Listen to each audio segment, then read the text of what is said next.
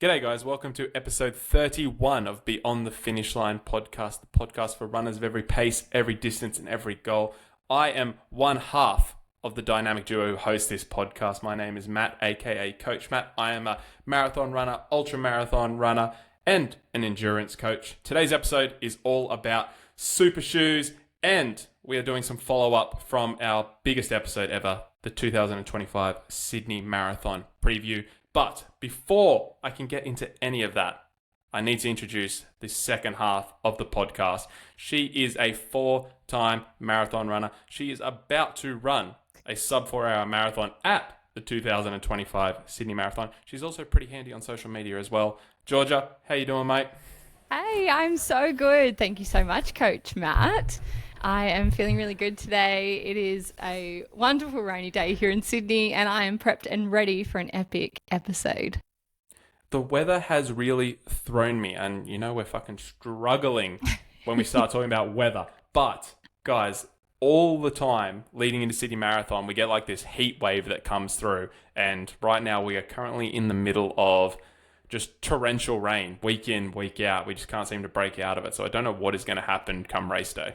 I know, and I'm seeing all of the international athletes and like content creators, everyone on social media being like, what the hell is happening with the weather in Sydney? And everyone's freaking out. And I'm like, guys, let's not put it in the atmosphere. Let's just be really positive about it. But I did look up the long range forecast this morning, and I didn't even do this for my own wedding. So this is how much I care about this bloody marathon. Is that it is meant to be like 18 degrees and sunny. So let's hope it stays, because that would be ideal. If that was the actual weather, that is just Mickey Mouse pinpoint running weather.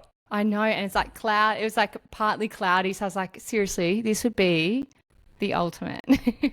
I mean, we won't hold our breath, but if for once the old weather forecast would stay true, that'd be ideal.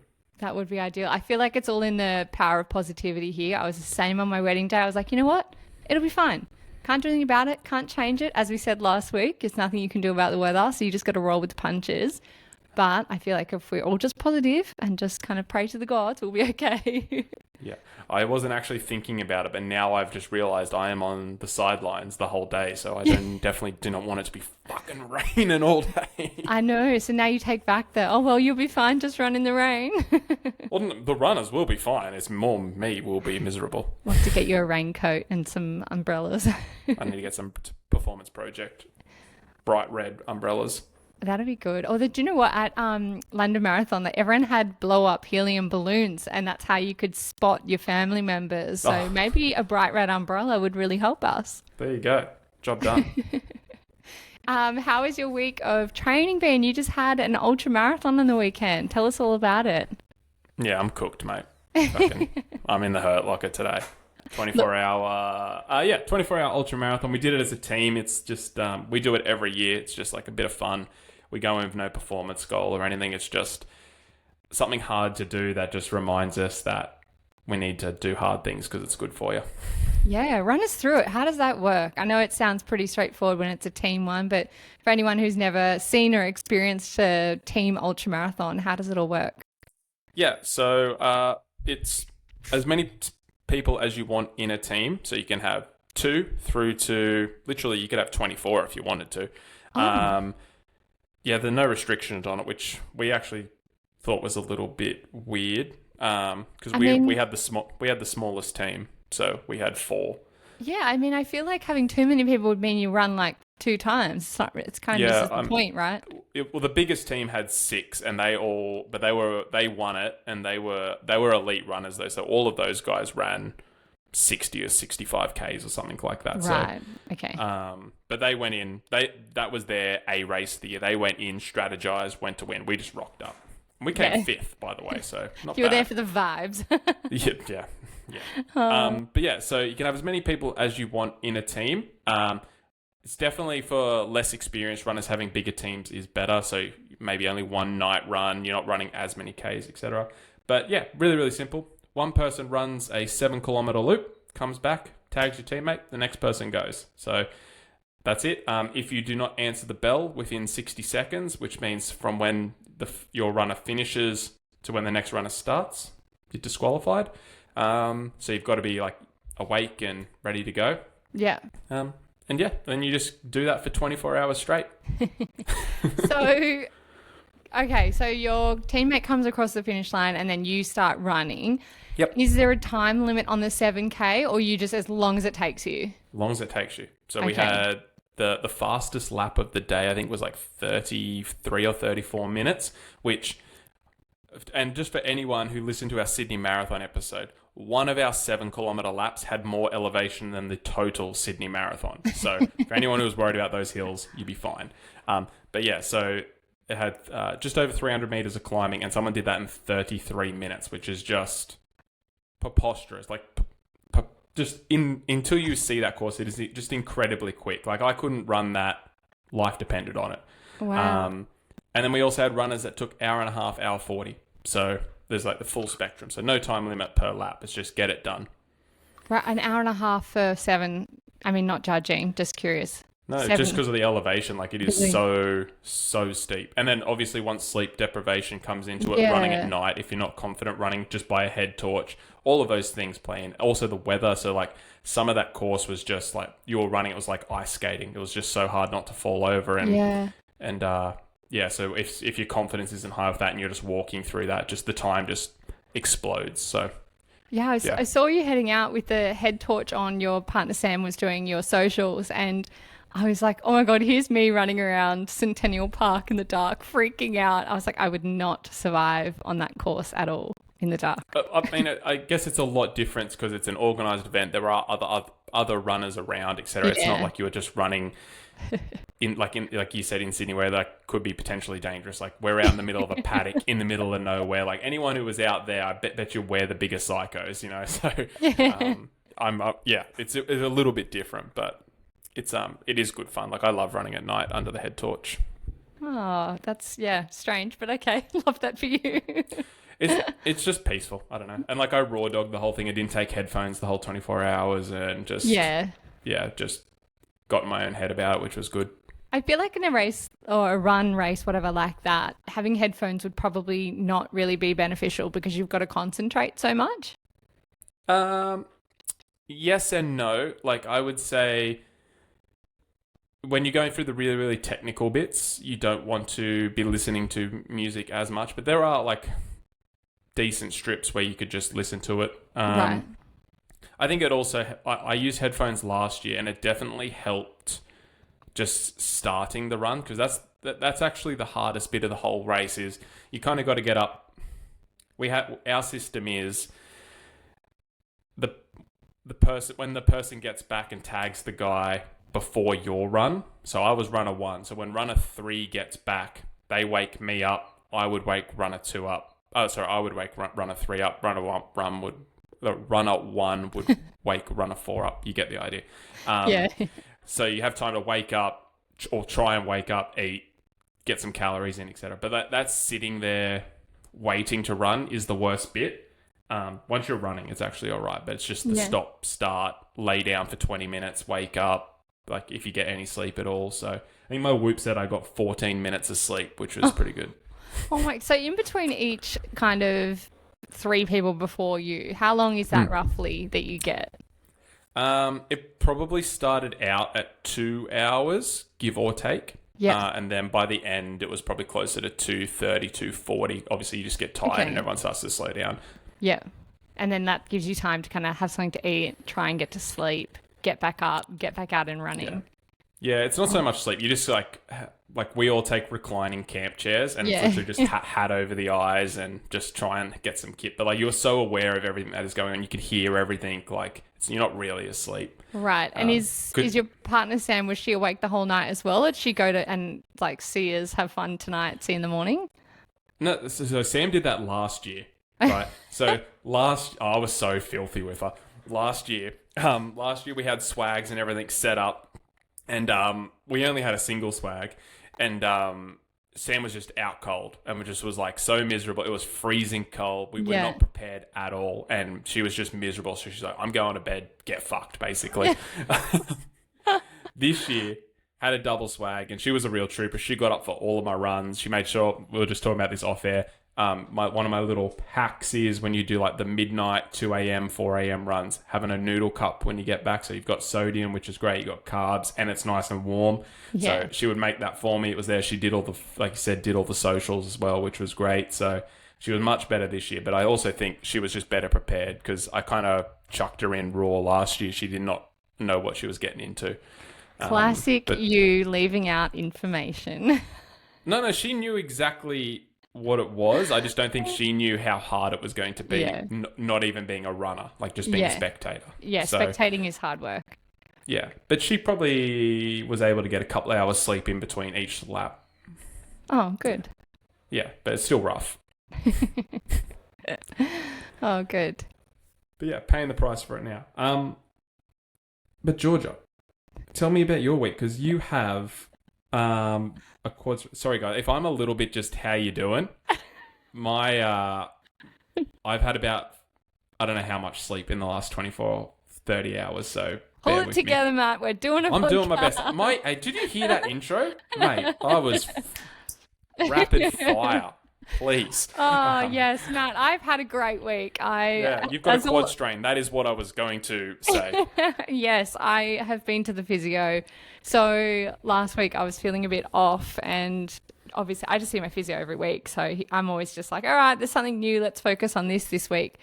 And yeah, I went in on Friday and was like, oh, I'm not feeling good. It's a bit tight in my quad. Like, I just feel like it needs stretching all the time. And he was like, all right, come on, let's do the test. So he did all the tests and he's like, cool. So you've got a quad strain. And I was like, great, just add it to the list, you know? But yeah, he's good. He strapped me up, gave me some compression stuff and was just like heat and ice and just try and stay off it. And then Sunday you should be good. And then yeah, did Sunday's long run, which was only ended up being 16.5 kilometers or something. And it wasn't too bad, but I was just like, oh, I should probably stop. I can feel it. And I was like, I don't need to run this, so it's fine. And then, yeah, it just started to get more and more painful all afternoon. And then, yeah, I woke up this morning and I was like, oh, this is not very nice. So I'm just praying it's just a bit inflamed. It's the, I think it's the muscle that runs up beside your hip flexor. It's like rectus something or other. And yeah, pretty much I was getting pain in my hip, which is obviously just referred pain from the quad. So I've had a big, huge like compression thing on it all day and I'm doing all the things I'm supposed to do. But I've just made peace with the fact that I need to rest for a week pretty much. I see him again on Friday. I see what he says. And then, I mean, everyone keeps telling me. I had so many messages of people being like, the hay is in the barn, Georgia. The hay is in the barn. Yeah. And it's like, what does that mean? I mean, the work's done. The bricks are laid. Yeah. The bricks are laid, which I asked Nick. I was like, Nick, what does this mean? He's like, oh, it just means, you've done all the hard work. Everything's okay. And then I just remembered when I first did my hip, I remember I took 2 weeks off and then I came back to running and I was actually like heaps better. So I'm like, okay, maybe the 2 weeks won't be too bad, worst case scenario. So yeah, I'm trying to stay positive. Yeah. I mean, in terms of fitness aspects, like nothing's going to change. No. It's just like making sure we're minimizing any loss of conditioning, which is, I know we spoke about that last week in terms of things for people to remember. But yeah, like the first thing I asked you was it graded? You said no. So it's like nothing to worry about. Like you'll be 100% come race day. Yeah, it'll definitely. He wasn't concerned. He was a little bit like, oh, scared to tell you. I mean, it's not good, but like it's not bad either. No. It's not graded, which is, when you're starting to get into the grades where it's like a grade 1, grade 2, grade 3 tear, whatever. But no, everything, it's fine. I will be okay. I'll probably get to the gym in a few days once the kind of swelling and stuff's gone down and just get on making sure that I'm keeping the legs moving, but not with any impact. And spin bike, elliptical, you'll be right as rain. Yeah, exactly. And I feel like I'm in a good headspace at the moment where I'm like, I know I've put in the hard work. Everyone online has been absolutely phenomenal, just, sending me good vibes and stuff like that. And so many people in the park on the weekend, just so funny, still blows my mind. Nick was in front of me like counting all the people that were like yelling out, which, it only happens because I'm in the park where, you see the same kind of people all the time. Yeah, it's the hub, and that's Sydney's biggest running space is in the park. So it is, it's fun. But yeah, we had some great feedback on last week's episode, the Sydney Marathon questions. Lots of people said that was super helpful. So that really made my week. And yeah, the stats are telling us that you guys loved it, which is incredible. We love that, don't we, Matt? Yeah, our most popular episode over 24, 48, and 72 hours. We also had our biggest, and thank you to everyone who listens and downloads the episode. We had our biggest week ever. It was our first week where we got over 1,000 downloads in a single 7-day period. So considering where we started and where we are now, it's only going to get better and better. So thank you to everyone who listens and downloads and shares with your friends and asks the questions and all of that stuff. Yeah, for sure. And, putting it on your stories and stuff is super helpful. And I know, sometimes people forget, and I get that. But all the people who share it on their stories, like all of your following then sees that. And that really helps us. Every time someone shares something, we get so much great feedback. So that's awesome. But yeah, it was just one of those things where you and I, Matt, we were talking about the fact that we've just come so far in 9 months. We only started this in January, and we're in August now, and the following is growing, and I feel like we're growing as podcast hosts. So absolutely. I mean, I haven't gone back and listened to episode, like say the first 3 or 4 episodes, but I reckon that it should be a rough listen. Like you go, God, what were we doing? Every time someone says to me, "Oh, I've just started listening," I'm like, "Oh God, can you listen?" Episode 25, please. Yeah. I'm like, "Can you listen to the most recent and then go back?" Yes, just so you know we're not awful. I know. I'm almost like, maybe we should not re-record, but do the running 101 again and do the this is. I think we'll definitely go back and revisit some of the old topics now that we're better at talking and executing our points and things like that. But I think it's also cool to be like, maybe in a few years' time, we could go back and do like a live reaction to the podcast. You could like play it on YouTube, and us sit there and watch and be like, "Oh my God, what are they saying?" Also, just like my mic constantly cutting out. Just cutting out me. Oh God, I can't remember what episode it was. I think it was the shoes episode, but episode 6 maybe, my mic cut out so much, and I remember running in the park getting so frustrated. I'm like, I just couldn't fix it in the edit.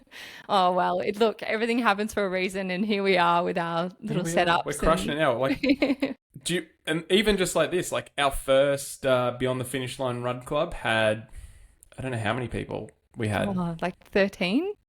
13? Maybe? And for our Sydney Marathon Run Club, granted, the numbers are going to be a little bit higher because it is Sydney Marathon. People are flying in from everywhere. Yeah. But we've already got over 100 people registered, which is wild. I know. I'm so excited. That's a 10x growth in just like that short period of time. Yeah, for sure. It's crushing. And also, like, when we were talking about the stats before of all the people who signed up, and this is why we do the Eventbrite link, is so that we can manage how many people are coming and make sure we can, especially when you've got sponsors and stuff on board who are wanting to bring stuff down for us, it's good to have numbers. But yeah, I remember when I first was kind of chatting to all of our sponsors, and I was like, "Oh, look, we've got 50. I dare say it'll probably stick around that from now on." And I've had to be we thought 50 was ambitious. We thought if we got 50, that'd crush. Yeah, and I'm like emailing everyone today, being like, "Hey, so we've got 100, so we're going to need some more units of everything because we've got some epic stuff being brought down. We got like coffee, snacks. I'm trying to hit every category, gels, yeah, just pretty much everything. Giveaways. I'm going to do electrolytes. Thank you. I'm going to do up like a big giveaway of like heaps of running PR stuff that, all of these brands have been donating. So I'll put that in as like a major giveaway as well. So super exciting.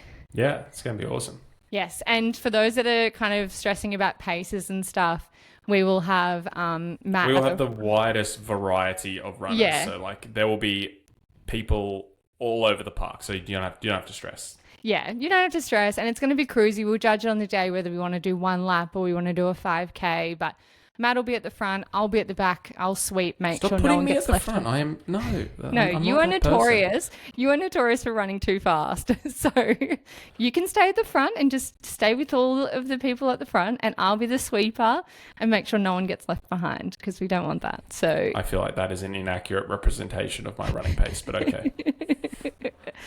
Anyway, it's going to be nice. And we're going to, the cafe will be right there for anyone who wants to get, hot coffees and iced coffees and stuff like that. But we'll also have other stuff croissants, for the Almond win. croissants. I know, yes, 2:00. We will also have, guys, sorry, I just thought I'd let everyone know. We'll also have a videographer / photographer there as well. So we're going to do some cool footage and there'll be different clips and things going around. So.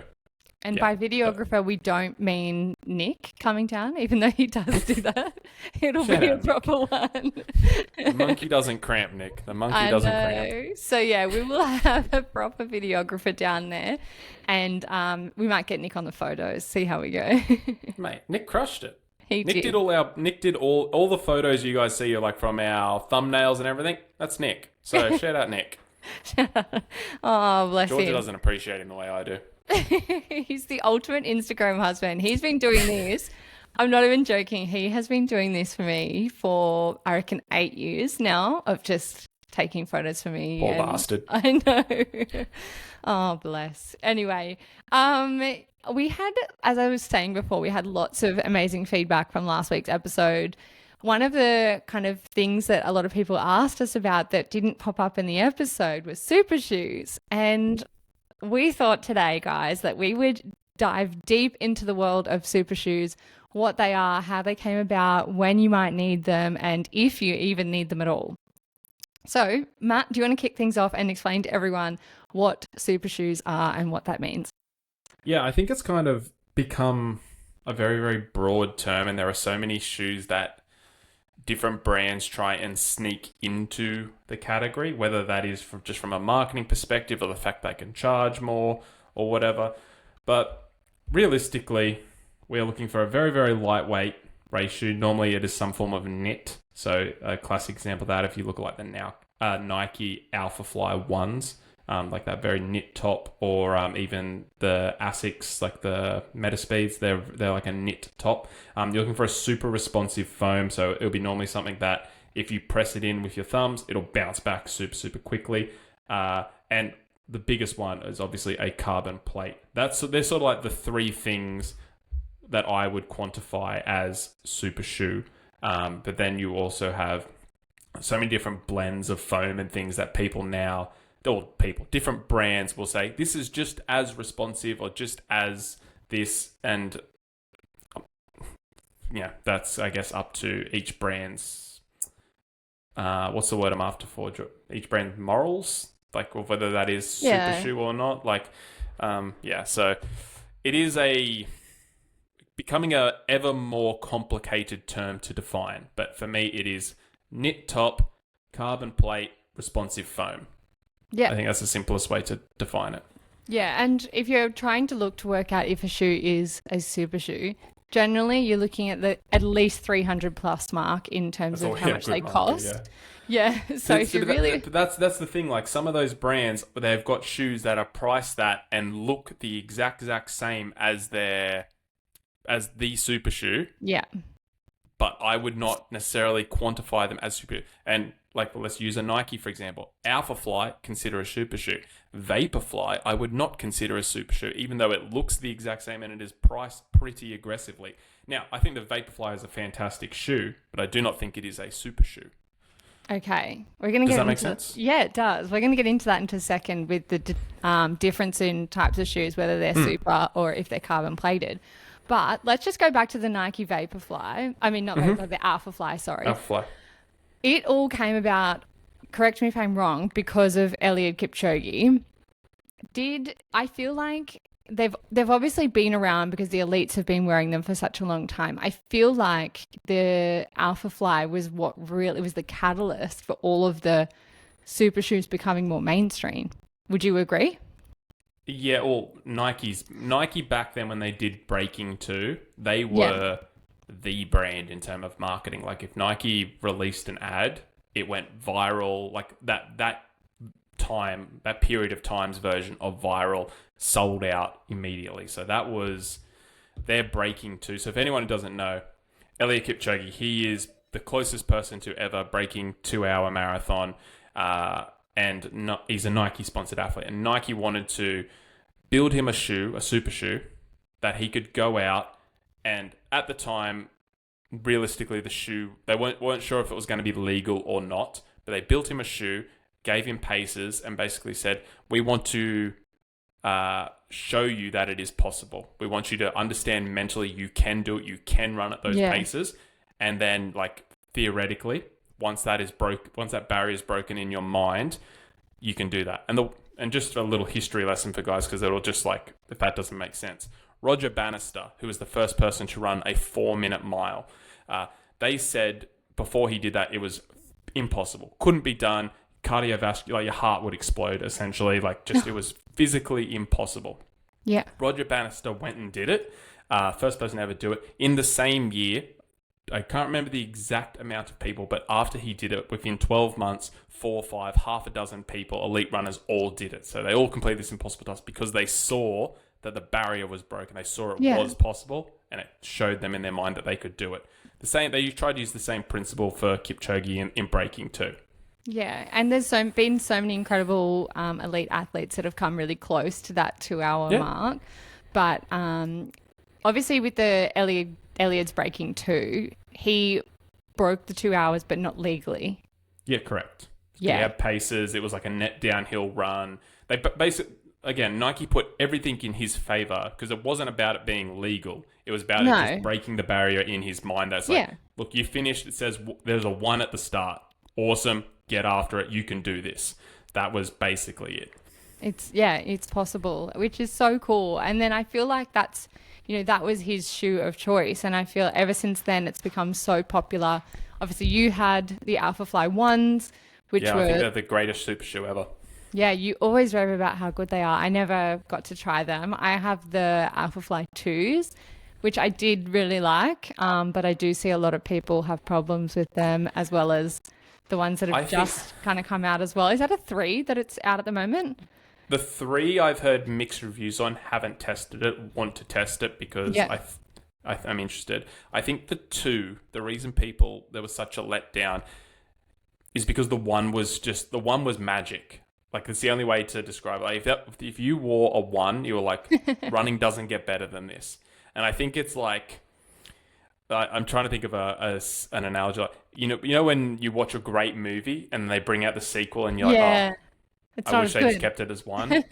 That's kind of was. Like, the 2 is a really good shoe, but it wasn't the 1. It's not the same. It's not the same. And I think everyone got their hopes up because they're going to take all the great from the 1 and add to it, but they just kind of changed it. Missed the mark a bit. And they did. And that happens. Like, that's not a knock on Nike. It's just, hey, we missed on that one. On to the next. Yeah, I actually have seen there's a few people that run Centennial Park that have a 1 and they, I don't know, they're obviously running them to the ground because I still have mine. Yeah, I still see people wear them, but they're so funny because it honestly just sounds like there's a horse coming up behind you because they're so loud. It's almost like the carbon plates just hitting the concrete the whole time. Yeah. But I have the 2s and I wore them for my first marathon, which I definitely didn't need to do. And we'll get into that a little bit later. But yeah, gosh, I just loved the color. I loved everything about them. They were so bright, so squishy. And I got the fluoro pink ones, yeah. Yeah, so that's the ones. And I think that was just kind of my first experience with a super shoe. And it's like, this is how amazing running can be. I'd actually like to put them on now, being faster, and see what it feels like to run in them. I feel like that would be really interesting. Yeah, I think so. But you're probably an outlier in terms of you have exposure to so many different shoes through your brand deals and things like that, and you get invited down to testing. So you probably would experience less of a gulf compared to if you were just had the 1 pair of shoes and you sort of worked your way through it. But you're like all the stuff you do with ASICS, you're constantly testing the best, newest shoe. So like the Nova Blast 4 or the Super Blast 2 is probably no data to back this up, but it's probably a better shoe than the Alpha Fly 2, just sort of the way technology is moving. Oh, the Metaspeed, do you mean? No. I mean just like a non-carbon plated. Oh, right. Because just of how much technology has changed in shoes from when that Alpha Fly 2 came out to now. It might not be, but I imagine like I could see a world where you ran a Super Blast 2, non-carbon plated, and the Alpha Fly 2. Yeah. And you'd be like, oh, it's hard to pick. Yeah, okay. I see what you mean. Yeah. I am very fortunate to be able to run in some incredible shoes. Like even now with the Metaspeed, I've got the Edge Tokyos, which I'll be running race day in, which we spoke about last week. But I remember when I first got them, the team were like, oh, look, just wear them on a couple of runs if you want to. Like, please don't wear them to run club or anything like that. But I remember I was running along the harbour and I saw this guy just like stop and staring at my feet, which is just so funny as a female because clearly, you know, as a girl, you're kind of used to guys just being like cat calls and dumb shit like that. But yeah, he was fully just looking at my shoes and I was like, I feel like a bit of an imposter in these shoes because I'm just cruising along like this. You would have been probably one of the first people kicking about in them, like in Sydney. Like Yeah, in terms of non-professional athletes. Yeah, probably. Yeah, definitely. I think a lot of the professionals obviously get them quite early and they get to test them out and stuff. And they all got to like actually race in them for like Tokyo and stuff like that, hence the name. But yeah, just like a regular runner just cruising around in a pair of like incredible Because for me, super they've shoes. been the most anticipated shoe in I don't know how long because I love the meta speeds, the edge and the edge in the sky? Yeah, yeah. Yeah. I love them, but they're too hard and flat for a full marathon. Great for a half, great for a 10K. Yeah. But the cushion on the Tokyo, that is my most anticipated shoe for the next I don't know how long. Yeah, well, I mean, they got us because I got my pair and then Nick saw them and felt them and had them in his hand and he's like, oh no, I need to go buy these now. Yeah. So I ended up buying a pair anyway, pretty much, because Nick went and got some. But so let's chat about like the difference between obviously a super shoe and just a carbon plated shoe. And I guess my best reference would be with Asics because that's obviously the shoes that I know really well. So that would be like your Metaspeed Edge or Sky, like what I race in. And also you've got their other carbon plated shoe, which is called a Magic Speed. That one is a lot more stable. Is that kind of the only difference is the fact that obviously they've both got carbon plates in them. Is a difference in the foam or what is a super shoe versus just like a regular carbon plated shoe? Yeah, see, this is where it gets screwy. 'Cause people just read carbon plate and associate it with super shoe. And I'm sure every brand has their own outline of what they deem a super shoe, which again makes it hard to define.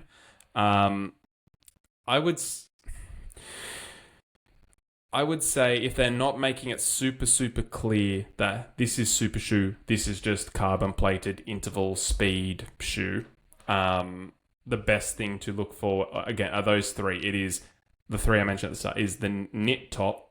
Generally speaking, super shoes have a knit top because it doesn't have that long life. Like, we'll get into sort of the life of shoes later, but they will have a knit top. If it's not a super shoe, it might be like a knit blend, but like they obviously want you to get a little bit more life out of those shoes. So that'd be one to look for. And again, the foam is just generally a little bit harder, a little bit less responsive. So and the carbon plate's kind of a wash because if we start talking about defining the difference in carbon plates, you just can't do that in a shoe store or whatever. So that'd be the two. I'm just looking at the top, the knit blend, and the bottom of the foam.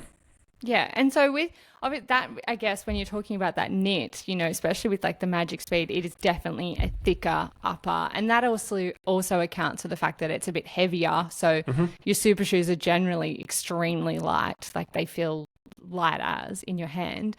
And so when you're kind of looking, you want to be able to determine whether you're getting a super shoe or just a regular carbon plated shoe because of the longevity, and you want to make sure you're getting enough wear out of this shoe because super shoes, you can kind of only really wear like, 100 kilometers, do you think? 200 kilometers?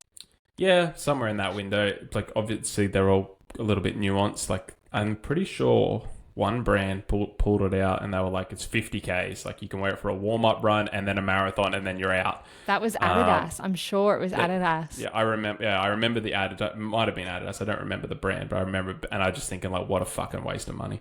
And then... yeah, I think some of the other brands, like those Alpha Fly ones, I would have put easy 200 Ks into them, maybe 250. Yeah. So, and they're like, I probably couldn't wear them now, but like they're still pretty good, Nick. So, I'd say, anywhere from that 150 to 200, 250 max is sort of what you can get out of a pair.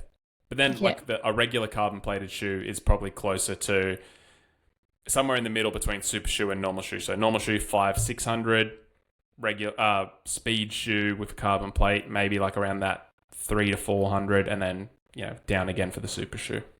Okay, cool. And so what kind of sessions what are the different types of shoe that you use for a different session? So you've got your super shoe and then your carbon plated shoe. What sessions would you use each of those for? So I am actually, and you would know this, Georgia, I try and keep my athletes out of carbon plated shoes as long as possible. But if you are so inclined to use carbon plated shoes, your race shoes really just for your last sort of couple of key sessions, and you're really only using them for the race pace intervals. So if you've got, I don't know, Georgia's last big run before the marathon was 3x10K, 36 kilometers total. Realistically, she's doing her warm-up in one pair of shoes, doing the main set, and probably the cool down in her race shoes. So because they have that shortened life, we are trying to maximize it as much as we can to obviously to save money, but also to get the most out of the shoes.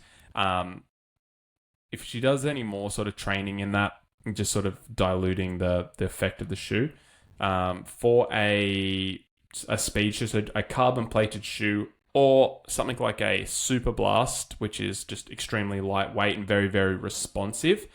That's your interval shoe. That is your speed shoe. That is your fartlek shoe.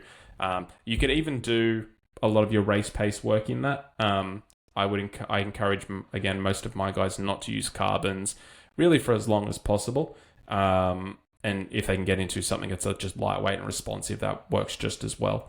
And then obviously then you've got your daily trainers, tempo shoes and things like that. Yeah, and I guess the reason for you holding people off from using carbon plated shoes, that's kind of so that, you're getting used to these kinds of paces in a regular running shoe. And then by the time you actually put the super shoes on or the carbon plated shoes, you're like, holy heck, this is incredible, right? Yeah, so we'll just use your numbers as an example, Georgia. Why not? We use that 5:40 mark, like that's your 4-hour marathon pace. So if you are doing a race pace effort and you're running in just your normal daily trainers, your Nova Blasts or whatever it might be, and 5:40, you can't hit 5:40. Let's say you're running 5:42s, 5:43s. Then you put your super shoes on and you're running 5:40, 5:39, 5:38. I would argue the fact that you probably haven't earned the right to, you haven't trained hard enough, built up the muscle, built up the base to be running at those paces with those shoes. If you were hitting the 5:40, 5:39, 5:38 in your normal shoes, put your carbons on, all of a sudden you're running 5:37, 5:36s, and you actually get the benefit of the shoe.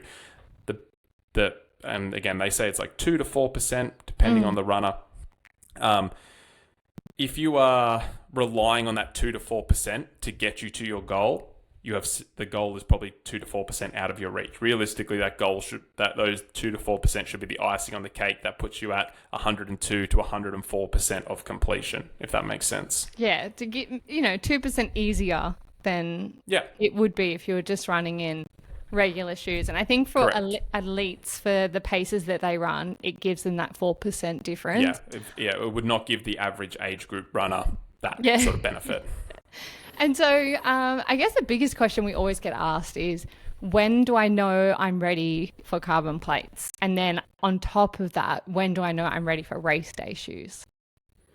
Yeah, so that's carbon plates.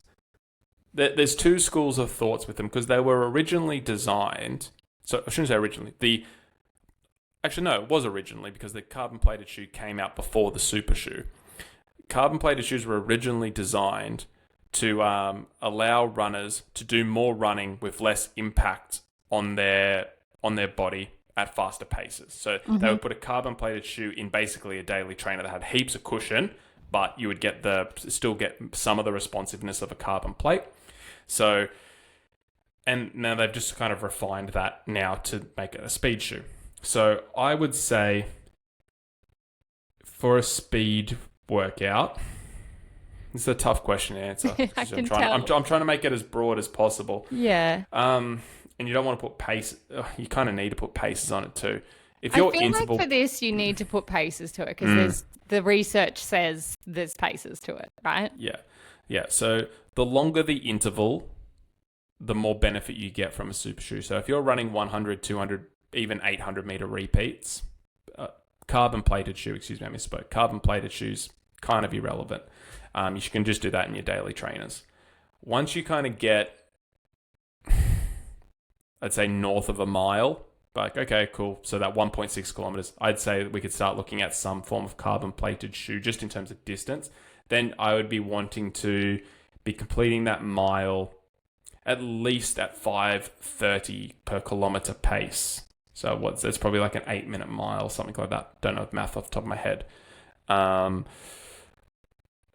That would probably be my minimum standard, is somewhere around that 5:40, 5:30 pace. Yeah. And then for marathon or even half marathon, if you're not running sub 2, don't worry about it.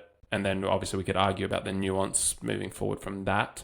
And then really for the marathon, I'd say anything above 4 hours, you're probably like 6 of one, half dozen of the other. Yeah. Yeah. And look, like I've run all of my marathons oh no, actually I lie. London I didn't. But all of my other marathons I've run in a carbon plated shoe. If it really gave me benefit, not really. But I mean, mentally, I feel like it gave me a little bit of a benefit, which is another whole other thing. That was the only other exception to the rule. Is there is the whole look good, feel good, race good, feel like you've got all the kit. Like that is definitely a big part of it. You know, I still remember the first time I raced in super shoes, I was like, oh, I am guaranteed to run at this pace. Like I know I can do it. And I actually ran really exceeded my training in the super shoes, whether that was the super shoes or whether that was I was just mentally switched on and I was like feeling good. So there's definitely a part of it. So just because you do run slower than those paces I said does not mean you can't wear super shoes. If you feel like it's going to give you some form of mental edge, by all means go for it. You just, from a mathematics and data perspective, you just do not get the full oomph of super shoes. Yeah. Yeah. And for sure, like if you want to go out and spend your money on a super shoe that makes you feel really good and makes you feel like, you know, that's going to make you perform better on race day, I'm all for it. And I'm always 100%. all for that. Because I did on the day, I felt fast. And now that I think about it, I'm like, oh my God, Georgia, calm down with my pink shoes and my pink socks. But yeah, like, you know, it does make me feel better, especially in like a really tough interval session. If I was to put on just a regular pair of shoes versus a pair of carbon plated shoes, I feel like mentally, whether that is, you know, just in my head or not, I feel like I'll always run better. I'll always just perform better because I'm like, oh, you know, it's the placebo effect of a fast shoe. Placebo effect is real. Yeah. So I'm like, you know what? All for it. But then, like, it is hard for me because I obviously get given, not hard like it's hard, like, woe is me, but like it's hard for me to comment because I get given the shoes to wear. So I've invested in them before and with my own money. Yeah, like you bought shoes before ASICS started giving you shoes. Yeah, for sure. I paid the $350 for my Alpha Flies or whatever it was back in the day, and a couple of other different pairs of shoes that I've had, and I know what that's like. So if you've got them and you want to wear them for a race as well as a couple of long runs as well as your intervals, like go for it. Like get the most out of it. Why not? Yeah, I agree. And I would say like if you're only your plan is to do one marathon bucket list, go all out, buy all the gear, look the part, enjoy it, be a marathon runner, flog the shit out of those shoes. Because if you know you're not going to do another one, like why not? Yeah, and then just wear them wherever you want to wear them. Yeah, wear them to coffee, do what you like. Alpha Flies in the wild. And Alpha Flies in the wild, yeah, boy. Shout out to Trail Kings. We love your podcast. Yeah, so look, I guess to summarize that, if you are wanting to invest in a pair of carbon plated shoes, you kind of want to just have a look at the sessions you are doing and whether or not you're going to get the most benefit out of it for your kind of intervals tempo sessions. And then on race day, you're kind of saying, you know, around that sub 2, sub 4 kind of area. That'd be like the minimum. If you were wanting the shoes for performance, that would be like the minimum threshold I look at for like, okay, like I can actually measure and something. There is actually something to measure in the data. Other than that, it would be all placebo and, you know, look. Vibe. It's vibe, Georgia. It's all about. I'm all for vibes. Yep. Whatever brings more vibes, the better. At this point, I'm all for it. Yeah. So I'm just trying to think whether or not there's other things that are really important to kind of talk on. I know sometimes people can say that they can cause injury. Is that kind of true, or is that kind of just whispers? I mean, that is very athlete dependent. Mm-hmm. I would say if you haven't done a lot of strength training and you just go out and start flogging a lot of Ks in them, then yeah, for sure, just because they're so unforgiving.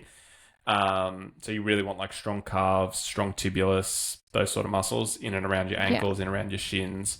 So yeah, they can, but if you're using them sparingly, then you should be fine. So if you're using them just for those couple of key runs, so we think about it as an adaptation, right? Like all of training is stress and stimuli makes the muscle grow. Got muscles in your feet. So if you start hitting them with something hard, like a carbon plate, start light. So 10Ks in them, 20Ks in them, 30Ks in them, marathon in them, or whatever your particular race is. You do not have to follow that exact framework as well. That was just very, very basic. But yeah, don't just go out and do your last long run in them 36Ks and get a stress fracture in your foot. Like that is not ideal. Like definitely test them out.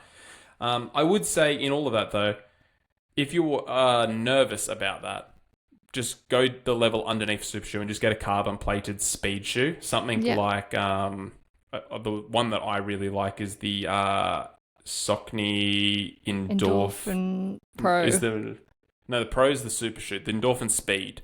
Isn't that the one that you got, Georgia? The purple ones? Yeah, I think I got the Endorphin Pro.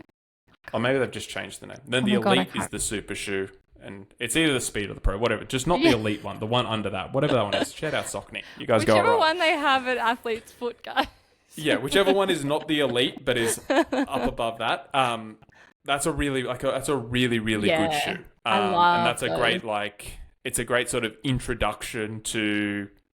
I think that shoe is probably the closest to feeling what a super shoe is like without running in a super shoe. And I think it would give, if you were just like sort of testing the market, it'd be a great just entry point just to be like, okay, let's see if I actually like this, if I see any difference. And it's that in terms of price, I don't know exactly what it is. I just know it is not as expensive as a super shoe, but it is a little bit more expensive than the sort of good daily trainers. Yeah, something like Super Blast. Yeah, exactly. Yeah, they are an awesome shoe, and I think if you're looking for kind of a shoe you can do your intervals with, just check the stability and whether you feel like it's going to be more stable. Like if you're going somewhere like Athlete's Foot where you can actually try them on in person and kind of walk around the store or run on the treadmill or something, just check like your ankles and stuff. I know with a couple of the super shoes I own, I have really sore ankles after I wear them because they're just not stable. Yeah, no support, yeah. Yeah, no support. Like they make you go fast and stuff, but always after, I always feel like my ankle is so sore. So yeah, that's definitely something to consider, especially if you've got weak ankles or if you're prone to kind of spraining your ankle or stress fractures and stuff like that. Just make sure you're really looking into the stability of the shoe as well. Yeah, 100%. I would say, that's the biggest thing. The lighter shoes get, the more you are starting to sacrifice. So as soon as you start talking about performance, you start sacrificing other things. So stability, weight, the cushioning on your foot, all of that sort of stuff. So everything, pros and cons of everything, guys.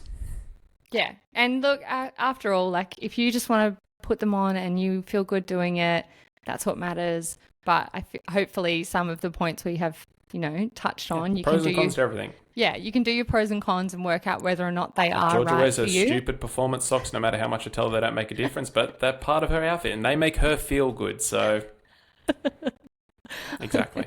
They make me Georgia. feel great. And that's what matters. I have a whole album of shoes on my phone where the shoes match the socks and it makes me so happy. So happy. And that makes you happy, doesn't it, Matt? Aren't you just so happy I'll to be hear happy that? when you run sub 4. Exactly. When? Because I will. Yeah. Let's jump into some listener questions because the first one here that I have is from Kate and she said, can super shoes actually make me slower if I'm not fast enough? Tough question. Here is, and we'll just go one level deeper because we kind of hit on a couple of those touch points during what we just spoke about. Yes. Can they make you run slower? All things being equal, no, they cannot. However, things about ankle stability, if your feet start hurting because you're not used to wearing carbon plates, If you if you're just not used to wearing them and they start changing your running stride, your gait, then yes, you will start to slow down because they do not provide the support. I would also say if you're like a 6-hour marathon runner and you're wearing carbon plated shoes, it's going to hurt a lot more than just wearing a good pair of like something like a Nova Blast that isn't a super cushion shoe but has enough support to get you through that longer run.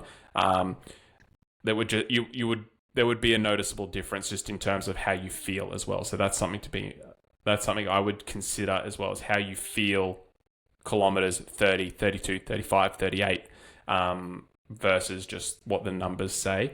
But from a straight data perspective, no, there would be no difference if you're a slower runner.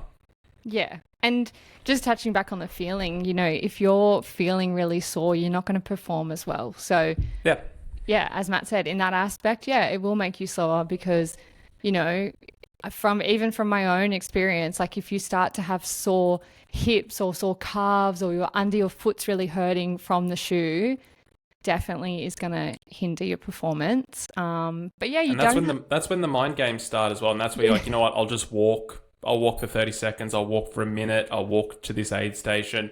And all of a sudden that time it explodes. It just blows right out. So all things like to consider. Yeah, look, and you don't have to run a marathon in a super shoe. For London, we knew we weren't going to be running it at any kind of pace. So we wore Nova Blast, and I wore my Nova 5s, and I loved them, and they were so comfortable. My partner Sam just wore her New Balance, just daily trainers, because like that's what she wanted to wear. Like that was the shoe that she liked, and she asked me, she was like, should I like look at carbon plate? I was like, no, it's going to take you about 5 hours. Like you just want to tick this off the list, bucket list race. Like just wear what you're comfortable in. Yeah. And we gave her a pair of carbon plated shoes to like do some training in, and she really just actually didn't like running in them. Yeah, she's like, no, not for me.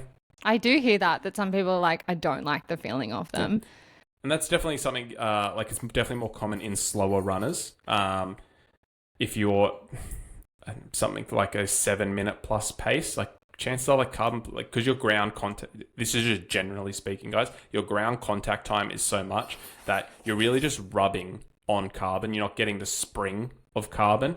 So the way carbon plates work is you put force into them, the carbon plate bends, kinetic energy goes into the ground, springs the carbon plate, propels you forward. If you are not producing enough force or the ground contact time is too long, all of that energy is lost into the ground and you're just sort of rubbing on this carbon plate that's just super uncomfortable. So definitely, if you're a slower runner, chances are you actually would not enjoy running in carbon plated shoes. Yeah, and by slower, we don't mean slow. When I say slower runner, I mean slower based on the times we spoke about for carbon plated shoes. That does not mean you are a slow runner. That does not mean you are less than anyone else. And I'm just saying, in terms of straight data metrics, if you are running something slower than sort of 5:40 for a marathon, you are going to receive no benefit in carbon plated shoes, and it will actually be a hindrance because it will feel uncomfortable. Yes, and you took the words right out of my mouth. I was just going to say, because I know Matt is just saying that it's slower than the 5:30 that we were chatting about before. Yeah. Again, each their own. You do you. Whatever you want to do, that's so fine. Cool. Question here from Xavier, and this is another one on super shoes. If I'm running a 10K or a park run, are super shoes worth it? Now, this is a little bit controversial because I feel like on social media, there's so much chat about people wearing super shoes at park runs. Tell us your thoughts, Matt. Then I'll tell you mine. People just need a fucking life. Like, who gives a shit? If you want to wear your Alpha Flies in the wild, dude, if you want to wear your super shoes to get a coffee, go for it.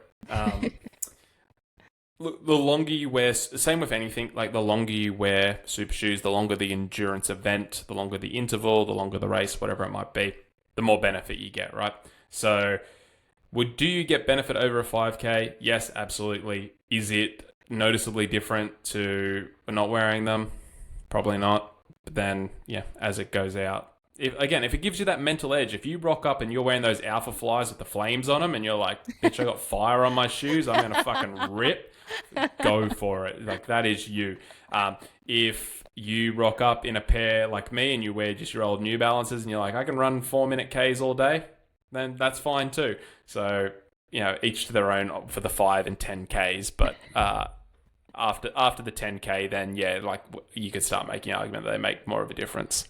I feel like the flame alpha flies are the equivalent of Lightning McQueen Crocs. Like, Fuck yeah, they are. They're sick.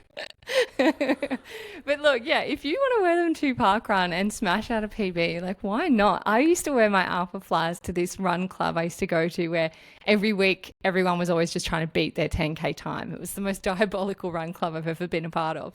But every week you'd always just try and beat your time. So I always just wore my super shoes because I was like, I got so competitive. So, I mean, if you want to do that, like no one in the park knows. I mean, everyone knows at park run, obviously. But if you're doing a 10K like Xavier's asked, you know, no one knows you're running 10K. You could be doing a marathon for all they know, or you could be doing less. But if you want to wear super shoes, by all means, right?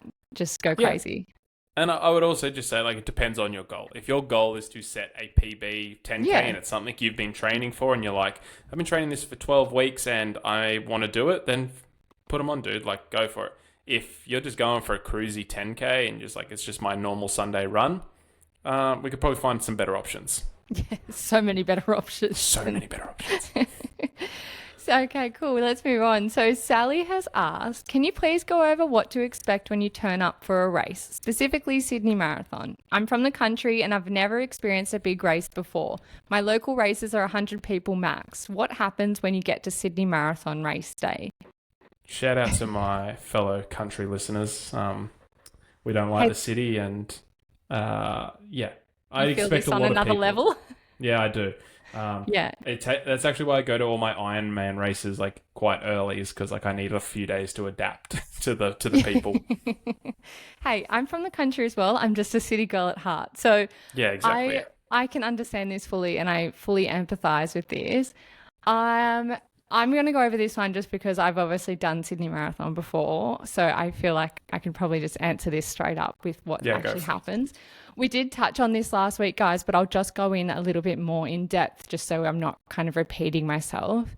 So when you arrive, they've just released, and on Sydney Marathon, they've just released the whole thing on where to go, what train station to get to, whether that's, Victoria Cross or if you're going to, North Sydney or whatever. So when you get there, you on your bib, you'll have a different area or a start color. It's a bit different to last year, but I've been over it as much as I can to try and make it easy for you guys. So for example, I'm in zone 1, orange. So my color area is orange and I'm in the first wave. And so when you go there, they actually check your bib. So you'll have to, if you've got like a jump on, you'll have to lift up your top and be like, yep, this is my area. And so you find the area you've got to be in. There's huge signs everywhere. They're all lit up. They'll all say, green this way, orange this way, red this way. So follow the sign to where you need to be. When you get in there, if you are running with different people, I will just let you know. So if you're in orange and your friend, or like me, your partner is in green, you actually won't be in the same areas together. So keep that in mind, especially if, you're packing one morning bag that you're going to share, like you actually have to split it. So keep that in mind. When you get there, there's heaps of portaloos. So you'll be able to go to the bathroom, do all that kind of stuff. It tells you on your wave what time to get there. Get there at the time it says. Don't try and push it and get there a bit later. Just get there super early. You can never have too much time at the start of a race. Honestly, just get there early. Go to the bathroom. Lines are always super long. Take yourself some toilet paper because they never have toilet paper at them. And then, honestly, the amount of times, it's like my worst nightmare. And so, once you've done all that kind of stuff, you'll actually see there'll be people walking around with big signs that tell you kind of zone 1, zone 2, zone 3, whatever. You'll follow those. And then last week I spoke on that they put you into these pens. And I joked that it's a bit like a petting zoo, but it actually is. So you show your bib, you walk into your allocated pen, and that's where you wait. And that's where you kind of warm up. That's where you do all of your stretches, all that kind of stuff. And then they'll start calling the pens, and they did the same thing at London Marathon. So one pen will go onto the kind of road where you start, and then they'll start filling that pen up with the next group of people. So then your pen will go and then people will come in behind you. And it's just so that there's not, a billion people everywhere trying to get to the front of the line. It's very well organized. Sydney to Surf is a very similar set up, but it's not as well organized. And so you end up getting the wrong kinds of people in the wrong areas. Like people will just like, a green will go into blue and it's just a mess. So it is very well organized. There's lots of people around. Just be prepared though, because it is a lot of people. I know if you're from the country, it can be a bit daunting if you don't, go to lots of places where there's lots of people. So just prepare yourself for that, because I feel like that can throw people mentally. And then, you kind of go into your pen and then they start ushering you forward. And so there's like someone holding a rope and you just all walk towards the front of the start line, and then they'll be like, all right, your wave is going in like 5, 4, 3, 2, 1, and then you just start running. So it's pretty straightforward, but don't be too afraid. There's heaps of guides online at Sydney Marathon on how to get there, what station to do, what, if you're in orange, where to go. Just don't overthink it. Yeah, I know, but honestly, I can understand, and I know we said last week, like, try not to overthink it, but I overthought it after we said that, and I was like, I feel like some people probably are naturally going to overthink it, because I did that in my first year, and when this person submitted this question this week, I was kind of asking them, what was it that we were missing, and they were like, look, I know you guys are like, don't overthink it, but they're like, if I don't catch public transport ever in my life, and then I'm doing it, and then I'm getting there, and there's like, 30,000 people in one area. It's pretty confusing and confronting. So I just wanted to make sure everyone was across it. Give yourself plenty of time. Yeah. Even practice the day before. Like if you're coming up on the Saturday, like get the train or whatever to the place. Be like, cool. I'm sure on the Saturday, Sydney Marathon will already have things starting to get in, like where the portaloos might be, where some of the pens might be, etc. Just have a quick scout, 10, 15 minutes, and get the train back, or get an Uber or whatever you're doing. So don't overthink it. Just be prepared. If there is something you are not sure about, just test it. Like that's exact same thing we do in training. If you do not know you can do something, we train for it. So go train for it. And I love that. That's super helpful. It's super helpful, especially if you're coming to Sydney and you've only been to Sydney a few times and you haven't caught the new metro. It's like, just test it out. Try it the day before. I think there are races on the day before from memory. I think they have a 5K. Yes, they have a couple of things on. But just test everything will be set up. Yeah. Yeah, for sure. Get out there. And just give yourself an extra, half an hour in the morning. So if it takes you 15 minutes to get there from your accommodation, just leave like 45 to an hour early, because there's just more people, right? So just give yourself a little bit of extra time. I'm sure they'll be running extra services and all that sort of stuff as well, but still just give yourself that little window of time. If you get there early, get a coffee, chill out before you warm up. You'll be fine. Yeah, it is in a... Look for the Performance Project athletes. We'll be there. Get amongst us. We'll look after you. Just touching that. I don't think you can get a coffee on race day, guys. I'll find a fucking coffee. Watch me. Yeah, maybe in the city. Watch me. At the Oval, no, it's suburban. It's like houses with an oval plonked in the middle. Like it's just a huge... I'll go knock on someone's door and be like, excuse me, sir. Would you make me a coffee? Yeah.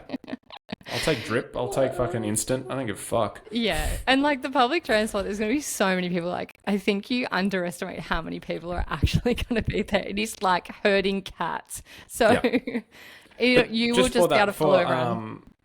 For Ironman, we do a complete walkthrough the day before. So that's not unusual. So you don't feel like that's weird. Like we check all the transition areas, start, finish. We do everything. So it's if there is something you are unsure about, just go and check it. Yeah, for sure. If it makes you feel better. Even like going with your family, if you've got people spectating you and showing them exactly where to go and how to get there. And, I know some people aren't confident on public transport and stuff like that. But a lot of the marathon day, a lot of the public transport shut off anyway. So you're best just walking around and just be as prepared as you can possibly be, and you will be fine. Yeah, cool. Agreed. We have one more question. I know we normally do 3, but I'm sneaking this last one in there.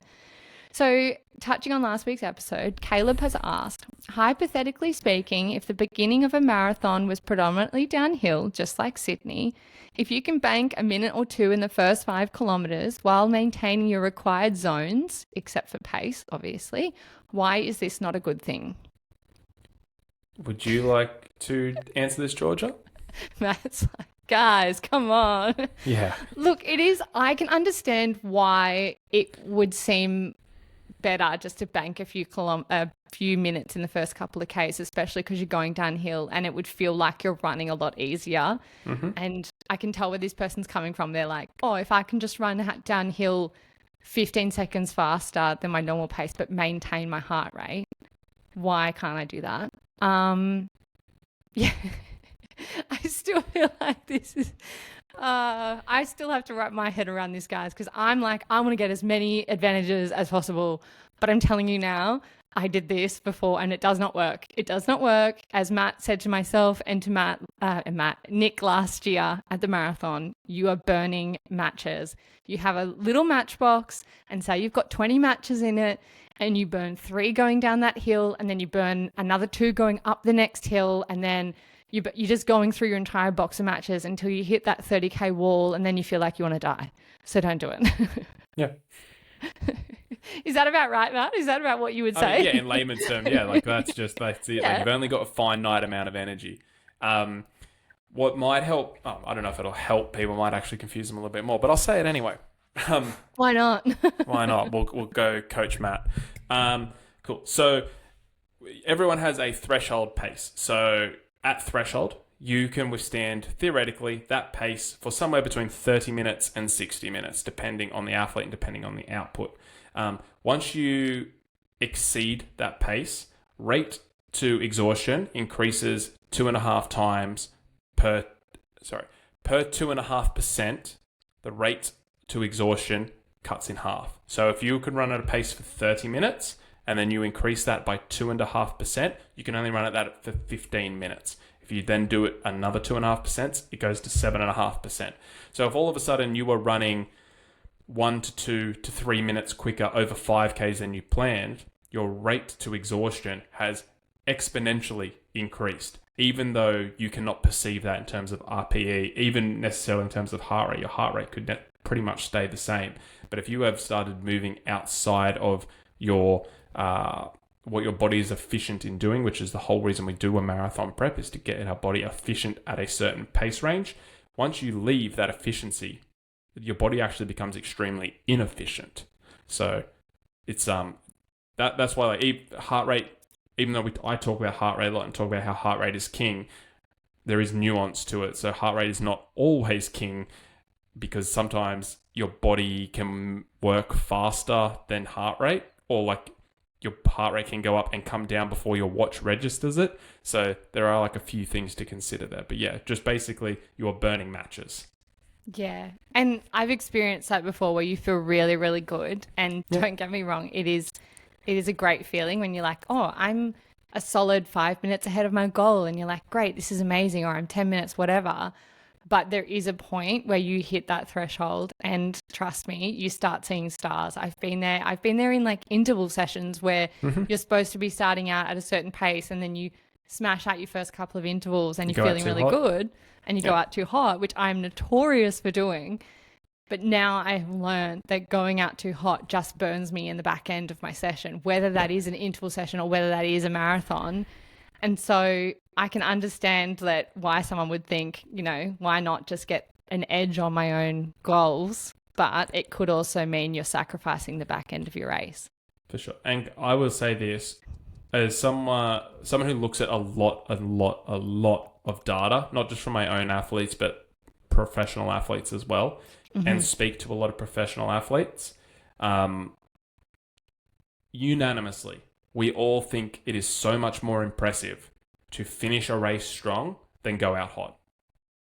Like, if you're actually a runner who goes out hot and then dies in the ass, you kind of wasted your race. That's just like, you were not self-disciplined enough to manage that, and you got the result you deserved. All of the best runners in the world, best athletes, best triathletes, you name it, pace their run accordingly.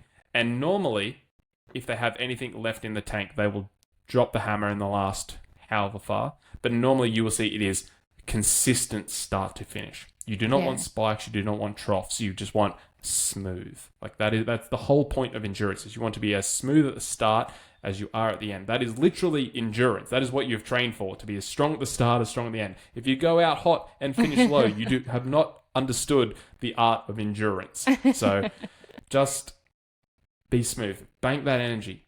Bank, like, if you feel like you've got those kilometers in you, like that time in you, like, cool, I'm going to save those extra 2 minutes for the last 5K. If you've got it in you in the last 5K, drop that hammer, because that is so much more impressive than going out too hot and crashing.